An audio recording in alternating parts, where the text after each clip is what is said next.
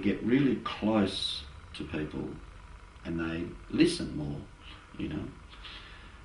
But if some of those people just won't go out, they won't go out to a club or they won't go out to a bar, even with non-smoking, which is sad, I think. You know, I try and drag everybody out if I can, because I think people should be out seeing music in general, not just me. They should be seeing music, relaxing and having a different lifestyle. Yeah, just you don't have to go out and, you know. But the same people will go out and spend $30 at a cafe on a cup of coffee and a piece of cake, or they'll spend $100 at a restaurant. Yet they won't go and see a band. I mean, I find that quite strange. And this is a generation that went out all the time. Yeah, exactly. So I have no understanding why they are like that. But but I think we're a much more conservative society now than we were, and it's got nothing to do with drugs or anything. I think there's a lot of drugs out there, but I just think the society's a lot more conservative now. So I think we're getting older too. We're in a different level of community now. Like the young ones are still doing what we were doing when we were 20 years ago. Yeah. Now, I'll probably wrap this up now. Anything you want to pop on here? I can't really think of anything. I mean, for me, I can do your whole life. Yeah. But there's one thing. Ask me anything else that you know. I mean, I just don't want to bring it back to the blues. Yeah. And I want one quote that sums up blues for you. And you know what I mean? Sell the blues. If somebody, what's the blues, Steve? You know, what's blues music? You know, for me, it's a spiritual thing, and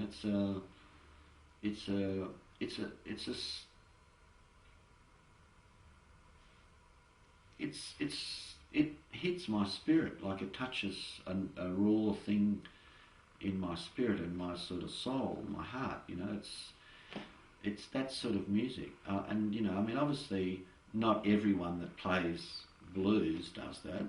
You know, there's a lot of blues that I don't like at all. You know, but I think also people have a lot of people, anyway, I wouldn't say all people, but I think a lot of people have a very narrow perspective of blues. Blues for me is this, because blues for me includes African music, it includes John Coltrane, it includes Captain Beefheart, it includes Tom Waits.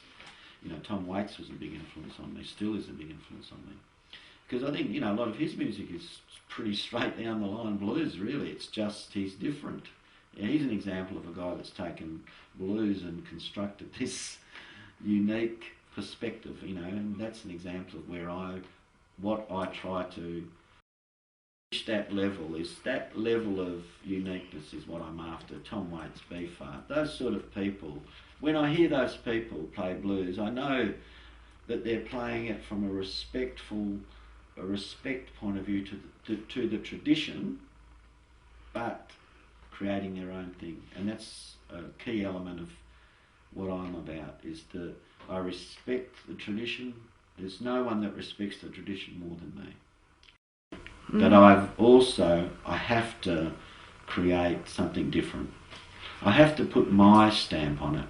You know, it's like Muddy Waters or Howling Wolf going through that sort of Delta blues thing, but then going into Chicago electric and creating their own thing. You know, you can hear Muddy Waters, Stovall's Plantation recordings, and then you can hear the best of, and you go, okay, well that's for me, you know, or Wolf doing early stuff, and then he's created this unbelievable, you know, and that's what I'm trying to do. That's what I've always tried to achieve, really. And what's utopia? If you had Australian blues, if you had to record a utopian history of the Australian blues, how would it go? What do you mean, like let's say in your mind, how it should have been, how starting at the 60s, and now we're here 2006. This has been an incredible journey for all of our blues musicians. It's not been a happy one. Well, it's not been one that... It's a tough business. I mean, music's a tough business. That's why people drop out, because everyone wants immediate fame, or they want everything, success, you know, It's like people want the latest plasma screen because they can't do without their black and white. You know, they know everything. They want everything straight away. Young people want success straight away. I was talking to Harry Bruce about this in Threadbow. We had a long rave about a lot of these subjects. I think the concept of paying your dues, even though it's almost like a cliche, has gone totally out the window, and I don't think people now have any concept that you need to live, you need to do something. It's not a thing of you need to live life and experience life before you think that you're a legend or whatever, you know, or if you think you're whatever, you know, you need to actually you know, you need to go through a process of development.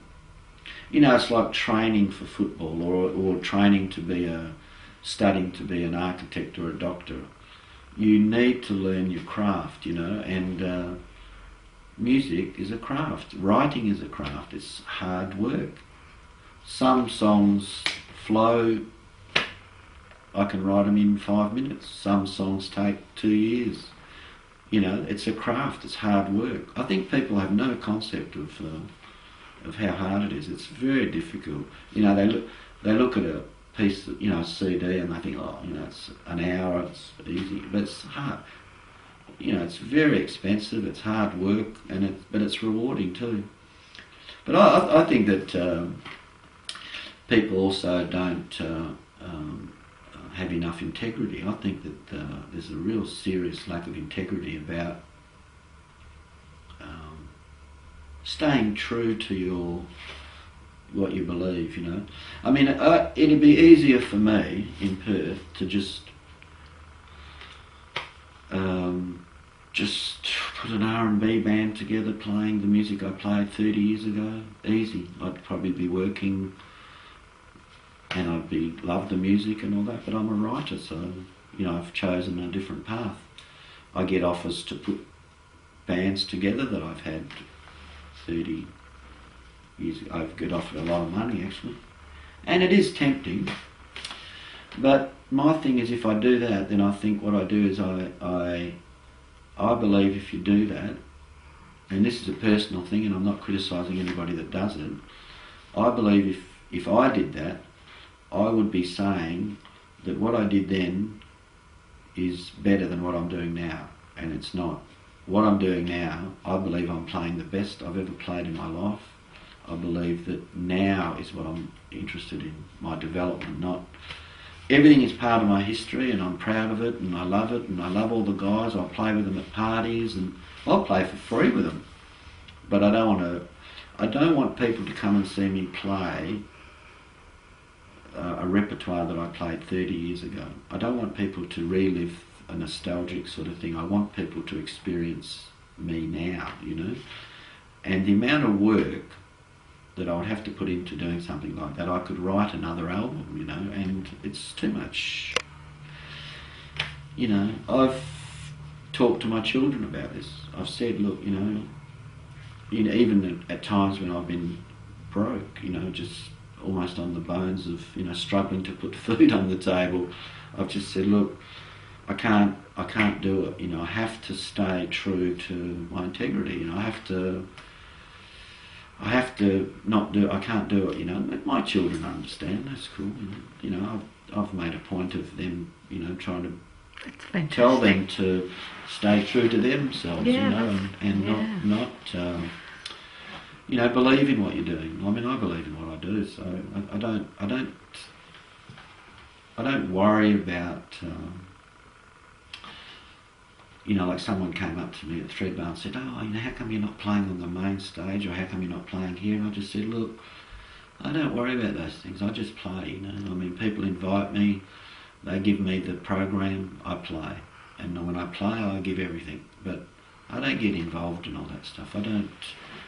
I'm not going to look at a program and say, oh, you know, I think I'm been around longer than that guy, or I'm better than that guy, or that girl, or, you know, I don't worry about that. I just play. I don't never ever get involved with that sort of thing, because to me, I would rather play to 50 people that are into what I do than play to 150 where 100 are talking and eating.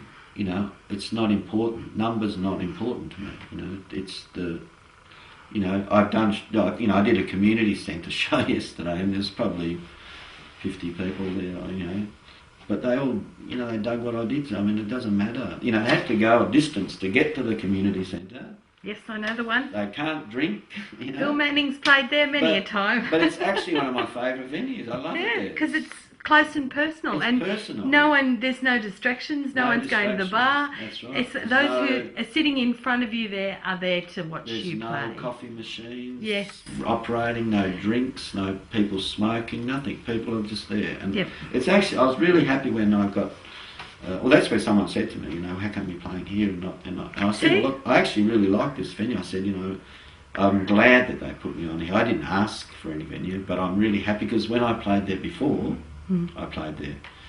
And the show I did there before, I really loved. And I was rapt when they told me. The restaurant, I was the only person to play at the restaurant, which I thought was strange. But it was a great night. And, you know, they asked me to come back in winter there. So yeah, fantastic. So, you know, my thing is with all those things, I don't get too worried about all that stuff, you know. I mean, it's like people sort of say I think I'm basically looking for something to leave quotes from those who know, basically. And, you know, because younger people will be looking at this. That's what I'm saying. It's like... So I didn't really say what you want? Like I didn't give you a real... So you want well, I wanted an honest precise thing, yeah, and yeah. what I got from that was integrity. Yeah. And well, you are integrity. That's one thing that's important with you. So, yeah. I think just the blue. It's just such an honest. It's just such an honest sort of. For me, spiritual music. It's just so deep, you know, and it expresses. You know, it expresses inner feelings, and that's what life's about. So if you're a songwriter or you're a musician, you don't have to be a songwriter, you can do other people's music. And it's an expression that's the key. And if you had to, can you hear Australian blues? Is it a unique genre? Well, I think Matt Taylor's very unique. I think Matt's one of the most unique, because he's very, you know, when you hear Matt, you know, he is a real, for me, like a unique example of Australian blues. Now I think their loved ones were too. I really believe the loved ones were. And I think Purple Hearts and that too. Those sort of bands, you know, they were unique. I still listen to that now and think, my God, you know, those bands were just, you know. And you know, there's other people. I mean, I really love Jeff Lang, you know. I reckon he's a great writer and I've done a lot of shows with Jeff. I think he's really good, you know. I look for people that sound, you know, it doesn't matter how long you take in a lot of ways, you just have to develop and create your own thing. But, you know, there's a lot of good musicians there. I mean, you know, I'm probably forgetting people. But Matt comes to mind because I think when you hear Matt, it can't be anybody else. You know, whether it's Chain or Matt's solo stuff, I've got a lot of respect for Matt, you know. I mean, I've got a lot of respect for Dave and that as well, but I think Matt is, I think for me,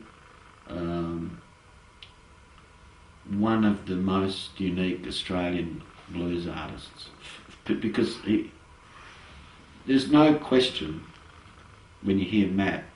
Like I've seen Matt a few times and had raves to him about this sort of thing, and I just said, you know, that's what I like about what he does.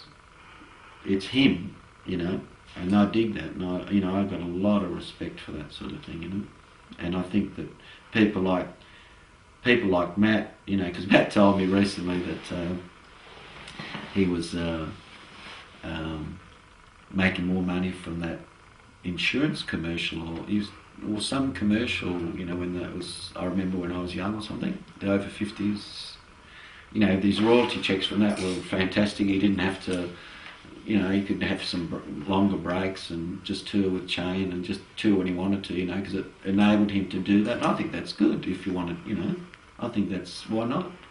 I mean, I'd rather someone like Matt's music be used than use some American or English or whatever, you know, or some other thing. You know, I think it's good, and I'm glad that they did that, because I mean, if they had have used anybody, you know, I think it would have been a shame, really. And I think that I'd like to. One of my ambitions actually is to have more music in films. You know, I'd like to do soundtracks, and you know, that to me, because I love soundtracks, because I love movies. So that's one of my ambitions. I've had music on films, but I want to do an actual write of sound. You know, like a soundtrack to a film is one of my ambitions in life. I think it would be a real challenge, you know. Yeah, definitely. And I'm into challenges.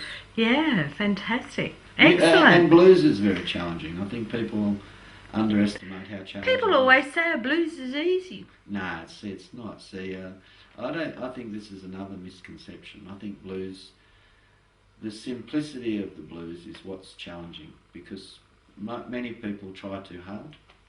So the thing is simplicity. I've heard Albert King play one note, for example.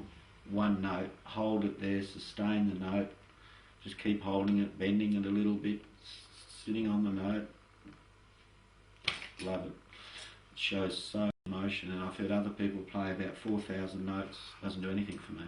One note says more. It's what you're doing with the note and how the emotion that's coming through that note.